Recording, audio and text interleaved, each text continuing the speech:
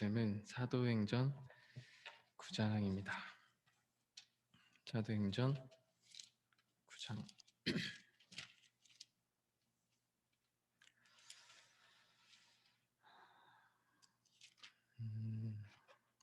본문이 9장 1절부터 19절까지인데요.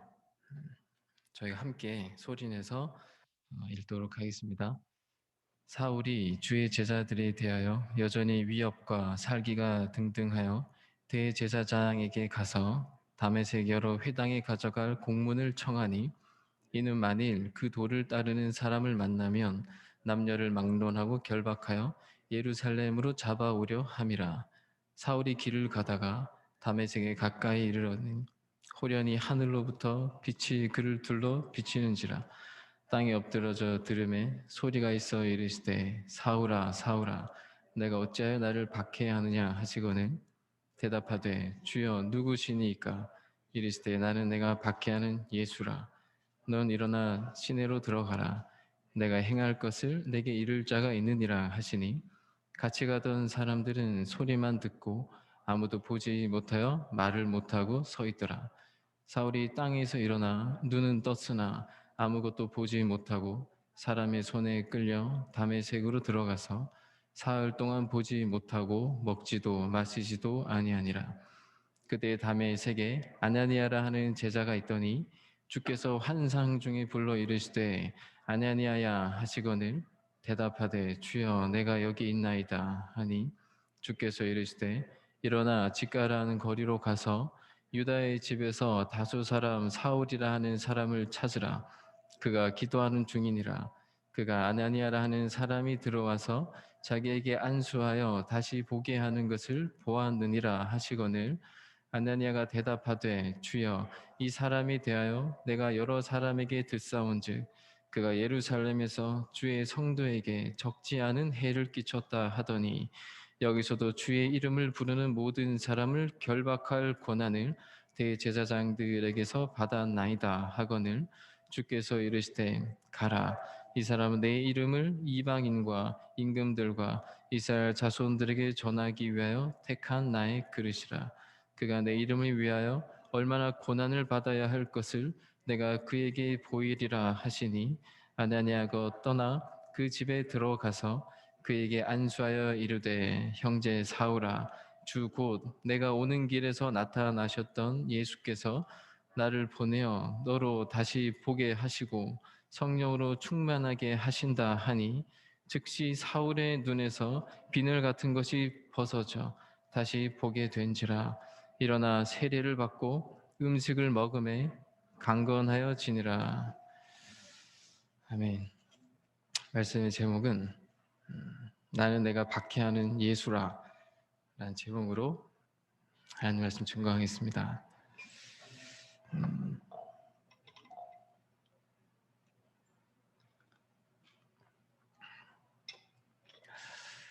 한 위대한 사도의 주님을 만난 자기 간증을 기록한 장면을 우리가 봤습니다. 크리스천에게는 다 이런 순간들이 있죠. 하나님을 만난 우리들의 바람은 내가 그 순간을 어떻게 잘 간증할까, 어떻게 이걸 잘 은혜를 은혜되게 잘 드러낼까, 이것이 우리의 고민이고 우리의 바람일 것입니다. 오늘 읽은 본문은 바울이 자신이 만났던 주님에 대해서 간증한 장면입니다. 여러분 잘 아시다시피 바울은 그리스도교의 적대자였습니다. 그가 적대자였던 이유는 두 가지였습니다. 어떻게 사람이 하나님의 아들이 될 수 있느냐? 두 번째는 그리스도의 복음 때문이었습니다. 그리스도의 사랑, 그 은혜, 왜 죄인을 용서하시나? 죄인을 용서하시면 공의가 무너지는 것이 아니냐? 이 은혜의 메시지가 수천 년 동안 그들이 지켜온 신앙을 무너뜨리는 것으로 바울은 느꼈습니다. 이런 것들을 우리가 생각해 본다면 우리가 은혜를 결코 함부로 받을 수 없죠. 신앙을 지켜온 이들, 수많은 이방신들 속에서 신앙을 무너뜨리려고 하고 그 거룩을 무너뜨리려고 하는 많은 공격 속에서 신앙을 지켜온 많은 이들이 있습니다. 하나님을 향한 경외, 율법 하나를 목숨처럼 여겼던 이들, 그들이 지켜온 신앙이기 때문에 지난주에 장로교회 큰 행사를 다녀왔습니다. 한 20분 정도 되시는 목사님들께서 앞에 연사로 이제 나오셔서 많은 좋은 말씀들을 하셨습니다. 그분들의 메시지는 크게 세 가지였습니다. 하나는 교회가 화합하고 일치해야 된다. 또 하나는 개혁교회는 늘 개혁되어져야 된다. 또 하나는 지금 교회는 위기를 맞이했고 다음 세대들을 길러내야 된다. 다들 공감하는 말씀이었고 다들 이 위기를 느끼고 있고 누군가는 울며 기도했을 것이고 이 시대를 위해서 만약에 우리가 그들이 찾지 못하고 있는 그 해답을 위해서 살아가고 있는 자들이라면 저들의 눈물을 기억해야 되겠다. 저들이 호소하고 있고 외치고 있는 저 음성을 기억해야 되겠다. 이 마음을 가지게 됐습니다. 그러나 바울 안에 그 율법의 신앙 안에서 인간의 영혼은 결코 자유할 수 없고 결코 의로울 수 없습니다. 인간이 가지고 있는 한계, 의인은 없나니 하나도 없다고 했습니다. 율법은 죄를 깨달을 뿐이라고 했습니다. 오늘 우리는 사울이 바울이 되는 순간을 이제 보려고 하는데요. 그 배경이 그렇습니다. 1절, 2절에 사울이 주의 제자들에 대하여 여전히 위협과 살기가 등등하여 대제사장에게 가서 다메섹 여러 회당에 가져갈 공문을 청하니 이는 만일 그 도를 따르는 사람을 만나면 남녀를 막론하고 결박하여 예루살렘으로 잡아오려 함이라. 심한 핍박이 있었습니다. 예루살렘 교회에. 그리고 크리스천들이 여기저기로 다 흩어졌습니다. 사울이 얼마나 지독하냐면 우리 이런 지독한 사람 전도하는 게 우리 기도 제목이잖아요. 또한 우리도 이렇게 지독해져야 되잖아요. 하루도 허투루 보내지 않겠다. 뭐 이런 지독함. 좋은 쪽으로. 이 바울이 바뀌어져서 얼마나 지독하게 세계 선교를 이뤄냈습니까? 예루살렘 안에 다 모여 있으면 그 성에 다 있으면 어떻게 다 때려잡을 텐데 다 흩어져 버렸습니다. 흩어진 곳을 얼마나 박해가 심했는지 100km가 넘는 그 지역까지도 다 흩어졌습니다. 바울은 그 흩어진 곳까지 내가 찾아가서 저 크리스천들을 다 전멸시키리라. 저 잘못된 교리가 퍼지면 안 된다. 하나님의 신앙의 위협을 받고 있다. 그는 결의에 차 있습니다. 우리는 잘 알고 있습니다. 이것이 잘못된 결의였다는 걸 잘 알고 있습니다. 그는 분명 신앙의 이름으로 이렇게 열심히 행하고 있었습니다. 우리가 은혜의 신앙을 잃으면 즉각 율법적이 됩니다. 무언가 열심히 하는데 율법적이 되고 무언가 폐쇄적이 될 수 있고 은혜를 기초하지 않은 열심은 그 열심만으로 칭찬받는 것이 아닙니다. 잘못된 결과를 초래할 수 있습니다. 예루살렘에서 다메섹은 여러분 잘 아시다시피 100km가 넘는 거리였습니다. 그 대낮에 뜨겁게 장렬하는 태양빛을 받으면서 바울이 더 뜨거운 살기등등한 마음으로 저들을 잡아야 되겠다. 저들의 입을 막아야 되겠다. 이 미움과 살기로 이게 당시 사울의 신앙이었습니다. 저는 이 장면을 보면서 너무 이 장면을 볼 때마다 느껴지는 게 있습니다.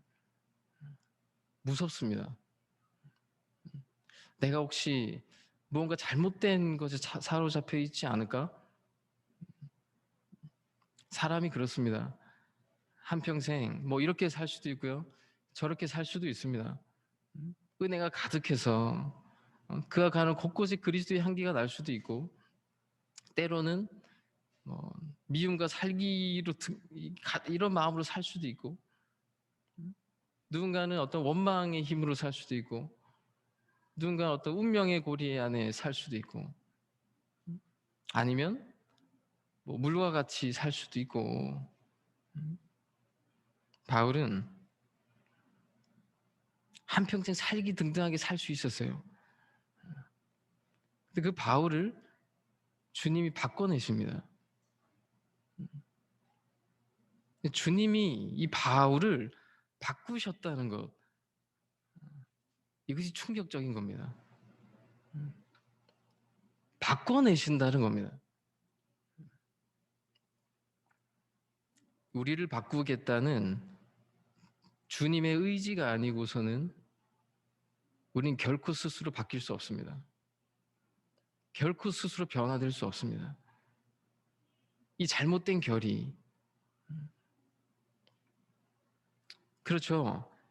주님이 바꾸실 게 아니라 벌하셔야 되잖아요.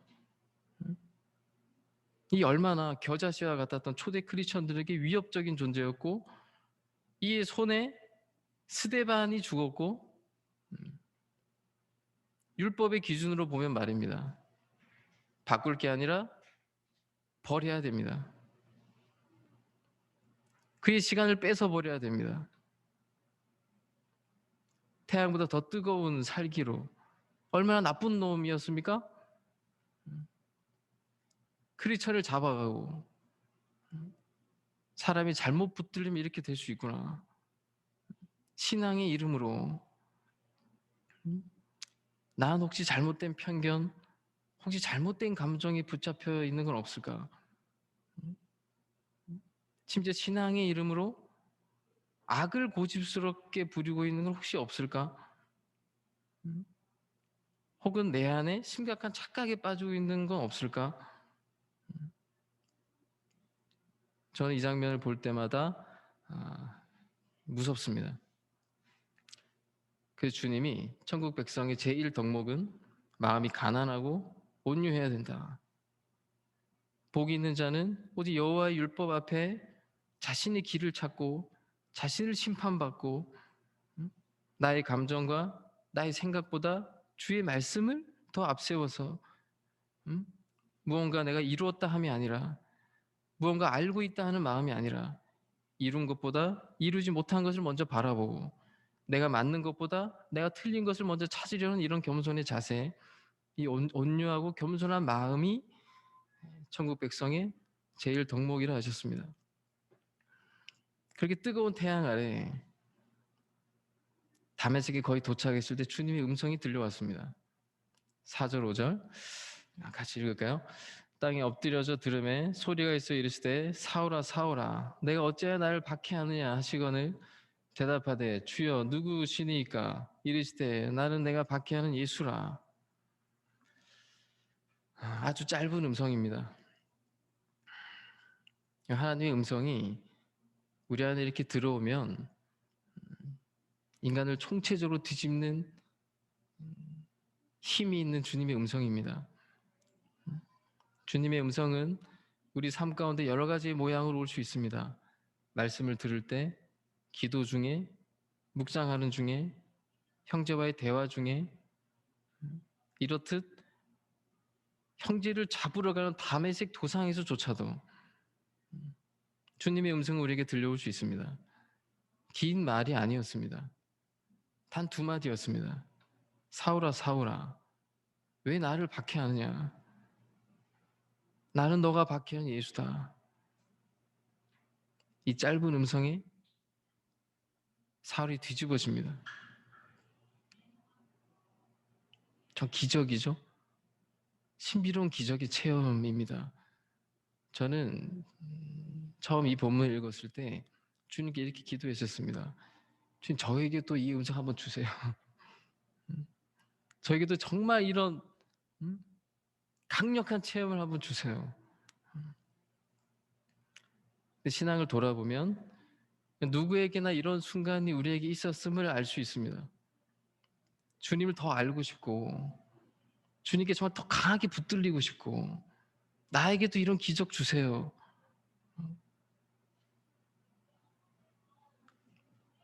근데 성령께서 바울의 입을 통해 이 간증을 기록하며 이 글을 읽는 모든 이들은 이 기적을 사실 누리고 있다.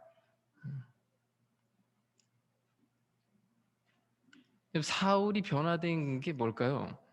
무엇 때문에 사울은 뒤집어졌을까요? 그의 변화는 압도적인 주님의 음성, 그것도 있었지만, 그러나 정말 기적은 뭡니까? 기적 중에 기적은 뭡니까? 내가 지금 박해하는 예수님이 나를 찾아오신 겁니다. 그 자체입니다. 그게 기적입니다. 그뿐 아니라 내 이름을 부르셨습니다. 내 이름을 아십니다. 무엇이 사울을 변화시켰습니까? 무엇이 그의 눈이 감길 만큼 그 눈은 진리를 상징하고요. 그가 알던 모든 진리가 부서지고 그보다도 비교할 수 없는 밝은 빛이 그가 알고 있던 모든 인생의 의미, 인생의 철학, 신앙, 세상에서 가장 진리에 가장 가까운 이들이 하나님의 백성인데 그 안에서조차도 갇혀 있었던 그게 부서졌습니다. 이 충격이 단 주님의 두 마디에 무엇이 사울을 변화시켰습니까? 긴 말이 아니었습니다. 나를 찾아오셨다는 겁니다. 원수 같은 나를, 원수인데 먼저 찾아오셨다는 겁니다. 이 먼저라는 말, 참 어려운 말입니다. 먼저. 이렇게 주의 백성을 지금도 죽이러 가는 난데, 여러분 한번 생각해 보십시오. 여러분의 자녀를 괴롭히는 사람이 있다고 해봅시다. 심지어 여러분의 자녀를 위협하고 죽이려 하는 자가 있다고 해봅시다. 그보다 더 큰 원수가 있겠습니까? 생각만 해도 치가 떨릴 겁니다. 그런데 그런 난데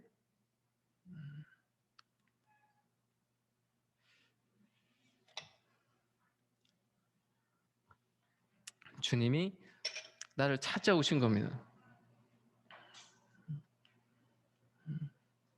사울은 몰랐어요.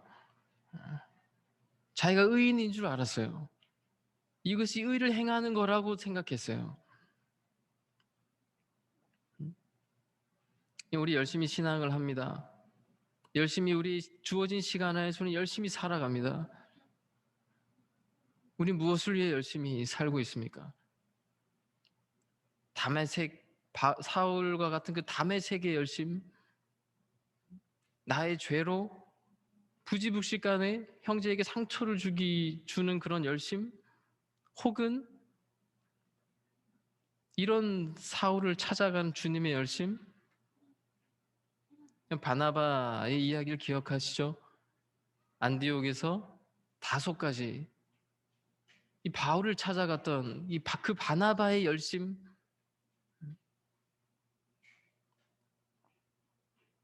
형제를 해하려 가는 다메섹에서조차도 다메섹이라 할지라도 주님이 찾아오십니다. 주님의 음성 속에 바울이 깨닫게 됩니다. 아, 내가 지금 하나님의 원수 짓을 하고 있구나. 그러니 이 대역 죄인이고 죽어 마땅한 죄인이죠. 그런데 벌이 안 와요. 내 이름을 부르실 게 아니라 머리에 벼락이 떨어져야 되잖아요. 그런데 안 와요. 나를 먼저 찾아오셨어요. 내가 먼저 회개한 것도 아닌데 내가 주의를 먼저 부른 것도 아닌데, 내가 먼저 주를 사랑한다고 고백한 것도 아닌데, 주께서 먼저 나에게 다가오셔서 내 이름을 불러주시고 심지어 사명까지 주시더라. 이 사랑이 사울을 변화시켰습니다. 여러분, 이것이 사울의 이야기만이 아닐 것입니다. 창세기 3장에 아담아 아담아 내가 어디 있느냐, 하나님 늘 먼저 우리의 죄를 이기시고 우리에게 그냥 다가오시는 게 아니잖아요. 우리의 죄를 이기시고, 여러분, 우리가 정말 경험합니다. 우리 가까운 이의 죄가 있잖아요. 그 죄가 나에게 주는 고통이 있잖아요. 뭐 가까운 부부, 뭐 형제 간에, 뭐 가족 간에, 성도 간에 죄가 주는 고통이 있습니다. 그래서 우리는 혼자 있고 싶어하고 할 수만 있으면 개인적이 되려고 하는 거잖아요. 그죠? 죄가 주는 고통이 있으니까. 굳이 저 형제에게 왜 세컨 찬스를 줘야 돼? 왜 내가 저 사람 품어야 돼? 저 사람이 주는 고통을 이기면서까지 왜 굳이 내가 그에게 가야 돼? 우리는 정말 똑똑합니다. 또한 저 사람에게 또다시 어떤 은혜의 기회가 주어졌을 때 내 안에 밀려오는 상대적인 박탈감, 상대적인 상실감, 우린 정말 죄인이죠. 그런데 봅시다. 하나님은 어떠실까요?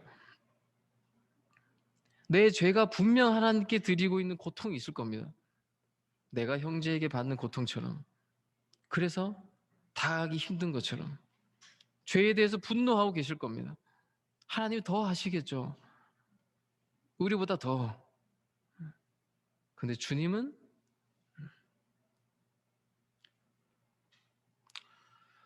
이걸 다 이기시고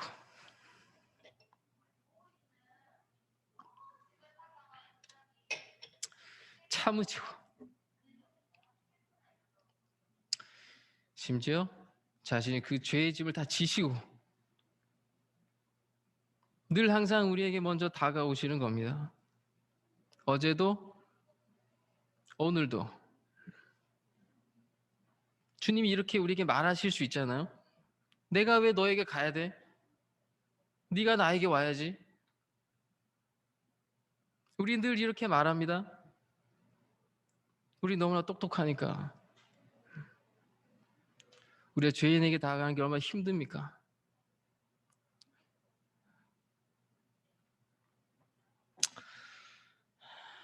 다메섹 도상에서 바울이 만난 주님은 알고 보니 내가 그런 죄인이었구나. 내가 원수였구나.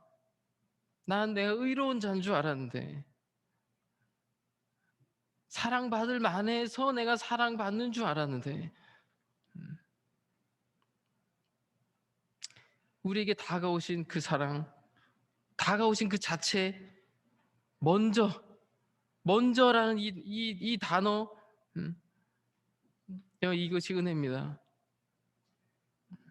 이 은혜를 체험한 바울이 예수님을 다시 보게 된 겁니다. 이전에 예수님은 어때요? 원수였는데 이 은혜를 통해서 예수님을 다시 보니 예수님의 죽으심이 유대인의 승리인 줄 알았는데 하나님의 이름으로 예수님을 저주했고 그래서 심판받은 거라고 생각했는데 그래서 죽였는데 알고 보니 이게 유대인의 승리가 아니구나.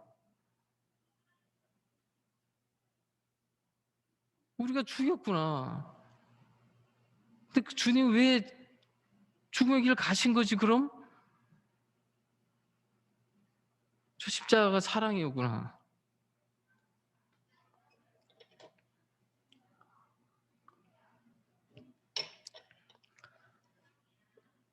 우리가 가장 잘 이해할 수 있는 길로 그 사랑을 보여주신 거구나. 대속, 속량, 이게 다시 보이기 시작했어요. 주님의 삶이. 우리 안에 크고 작은 어떤 형태의 어떤 비늘이 우리에게 있을지 모릅니다. 그 비늘은 항상 우리의 은혜를 가립니다. 그리고 그 비늘이 벗겨질 때 비로소 주의 은혜가 보입니다. 우리의 비늘을 발견해 나가는 것, 이것이 신앙인지 모릅니다. 그리고 하나하나 벗겨서 주를 온전히 바라보고자 하는 것. 주의 은혜를 만나면 세상에 거 다 재미없잖아요. 그죠? 다 시시해지잖아요. 자, 우리가 조금 더 봅시다. 주님의 음성은 여러 모양으로 우리에게 다가온다고 했습니다. 그러나 우리가 딱딱하고 굳어져 있는 사람은, 사울이 그랬으니까, 아무리 주의 음성이 들리고 말씀하셔도 안 들립니다.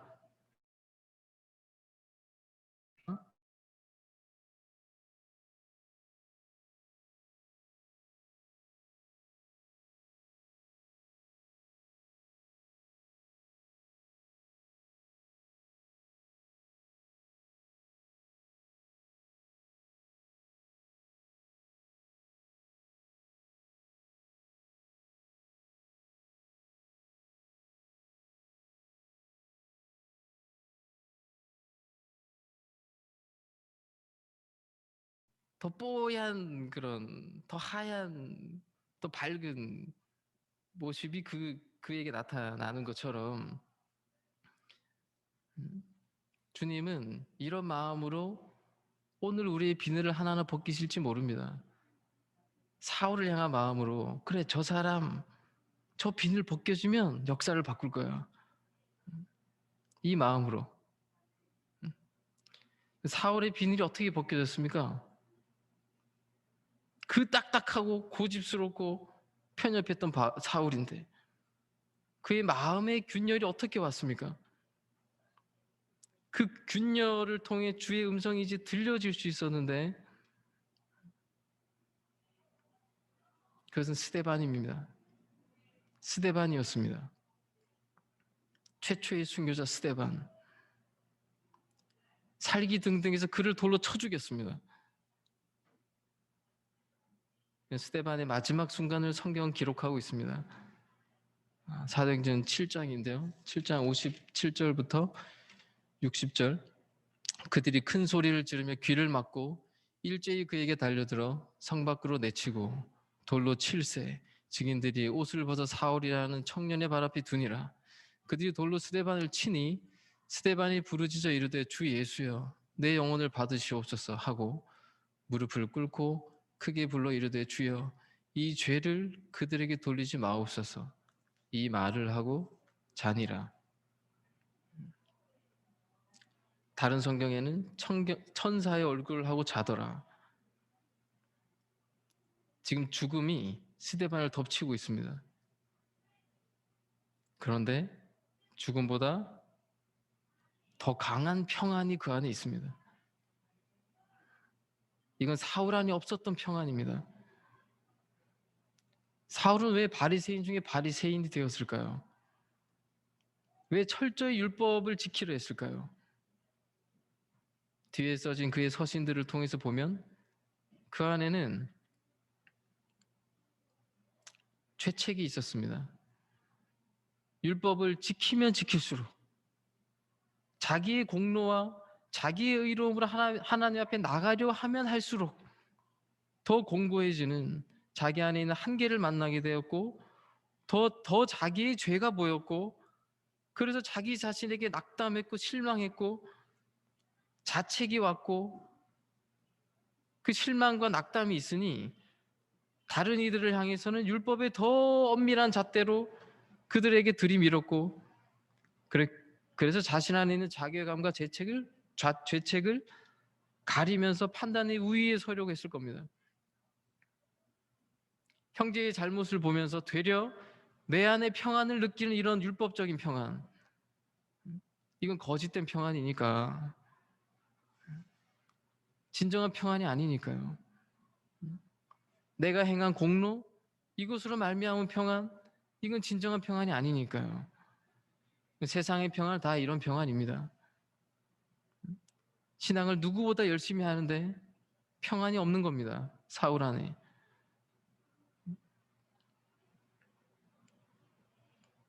근데 사울이 스데반을 만나기 전까지 몰랐다는 거예요. 자기가 평안한 줄 알았다는 거예요. 자기가 괜찮다고 생각하고 있었다는 거예요. 그런데 지금 자기가 죽이고 있는 자 안에 죽음을 넘어서 있는 평안이 있습니다. 내가 그토록 찾았던 평안, 그게 내가 죽이고 있는 자 안에 있습니다. 그리고 그의 평안이 내 안에 거짓된 평안을 심판합니다. 분명 내가 죽였어요. 내가 이겼습니다. 그의 입을 막았으니까. 그런데 철저히 내가 진 것 같아요. 내가 패배한 것 같아요. 그가 이긴 것 같아요. 그리고 심지어 스데반이 마지막 순간에 뭐라고 기도합니까? 주여, 이 죄를 그들에게 돌리지 마시옵소서. 용서해요. 죽는 순간에 자기를 죽이는 자를 용서해요.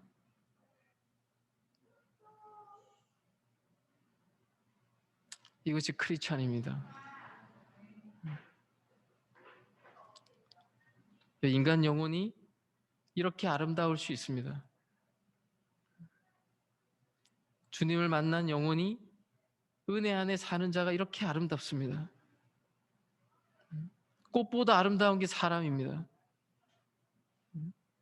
세상의 모든 힘을 압도하는 크리스천의 힘입니다. 내 안의 평안이, 여러분, 내가 평안하고 내 안에 정말 은혜가 넘치면 다른 이의 잘못을 지적할 것도 없어요. 가르치지 않아도 될지도 몰라요. 왜? 너 이렇게 해라 이런 말이 필요 없을지 몰라요. 왜? 이 은혜의 삶이 그를 심판하니까. 내 안에 있는 평안이 그의 평안을 심판하니까. 이 스데반의 평안, 그 평안 자체가 바울의 영혼을 송두리째 흔듭니다. 바울은 지금 살기등등하게 죽이는데 지금 자기가 용서를 받았어요. 죽이는 자에게. 이게 분명 사울의 영혼을 흔드는, 그의 견고하고 지독한 그 마음의 균열을 가져다 주는 충격이 되었을 겁니다.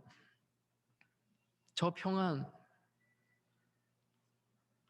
죽음도 가두지 못하는 저 평안, 그리고 저 만족, 저 여유, 죽음도 아깝지 않다는 저 여유,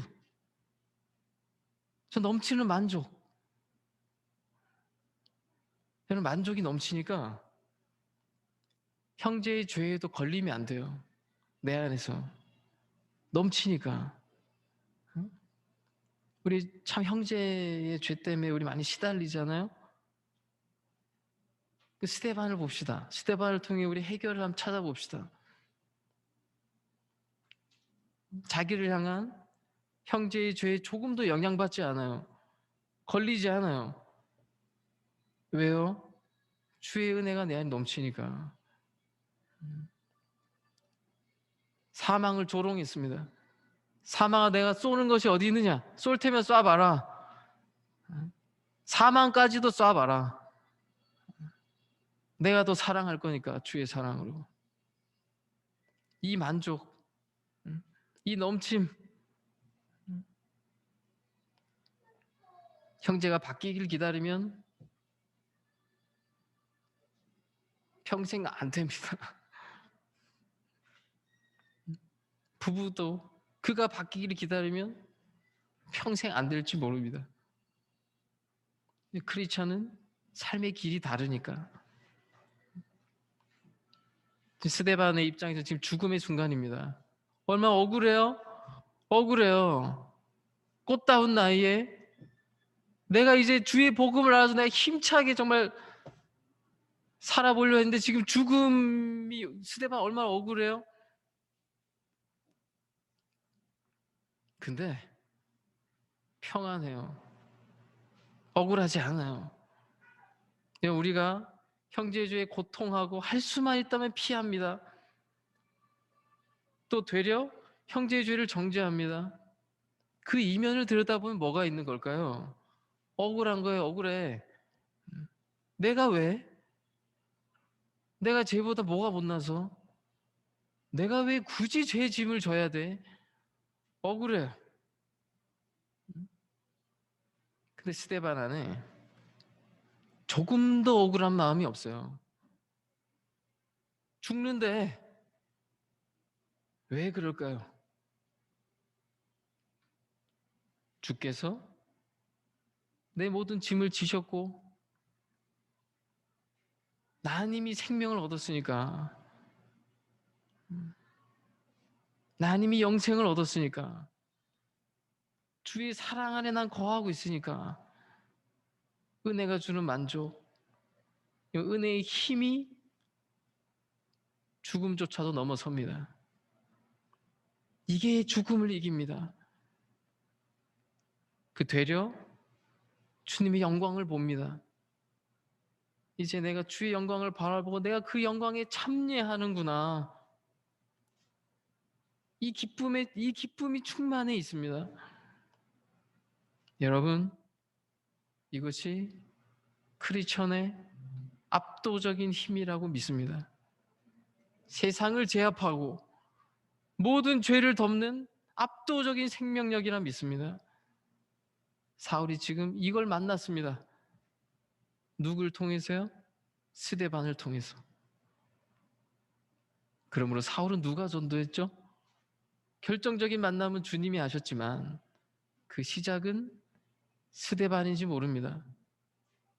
여러분, 주님 안에서 우리가 하는 모든 헌신, 평안과 기쁨으로 주의 은혜에 보답하는 우리의 삶의 열매들, 우리 안에는 많은 말이 있지만 그러나 그 모든 억울함을 누르고 형제를 용납하고 짐을 졌던 그 모든 순간순간들, 어떤 것도 결코 단 하나도 땅에 떨어지지 않습니다. 반드시 생명이 됩니다. 그것이 사울이 바울이 된 이유입니다. 그러므로 악에게 지지 말고 선으로 악을 이기라. 스데반의 죽음이라는 것이, 여러분 역사를 보십시오. 바울의 모든 선교의 역사, 그의 모든 결실의 뿌리에 뭐가 있습니까? 스데반이 있습니다. 스데반의 헌신, 그의 삶이 있습니다. 아, 이렇게 사는 거구나. 그러므로 오늘 하루를 우리에게 주셨구나. 그러므로 우리에게 시간을 주셨구나. 오늘 하나라도 더 형제의 뿌리가 되라. 누군가에게 나에게 주신 이 평안, 이 은혜의 힘을 전해라. 그래서 영혼을 창조하는 그 뿌리가 되라. 안디옥 교회는 한국 교회의 뿌리인 줄 굳게 믿습니다. 또한 안디옥 교회는 수많은 사울들을 바울로 바꿔냈고, 또한 바꿔낼 어느 것보다도 더 큰 은혜의 저력이 있는, 평안의 힘이 있는, 세상을 압도하는 힘이 있는 그런 안디옥 교회라 굳게 믿습니다. 사울의 모든 서세자들이 이렇게 인사했습니다. 주님의 은혜와 평강이 너희 안에 있기를 원하노라. 아, 이것뿐이구나. 전할게. 이게 핵심이구나. Grace and peace. 주의 은혜가 아니면, 주의 은혜로만, 다른 말로 주의 사랑 안에서 진정한 평안과 만족과 인생의 참된 기쁨을 누리면서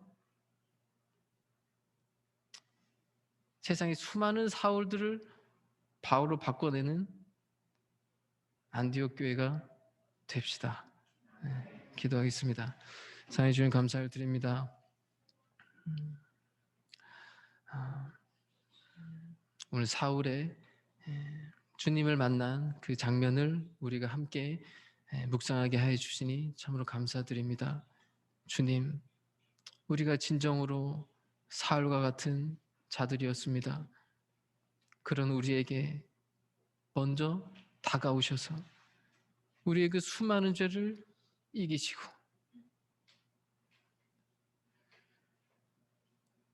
우리에게 먼저 다가오신 주님, 그리고 우리에게 생명과 사명을 주셨나이다.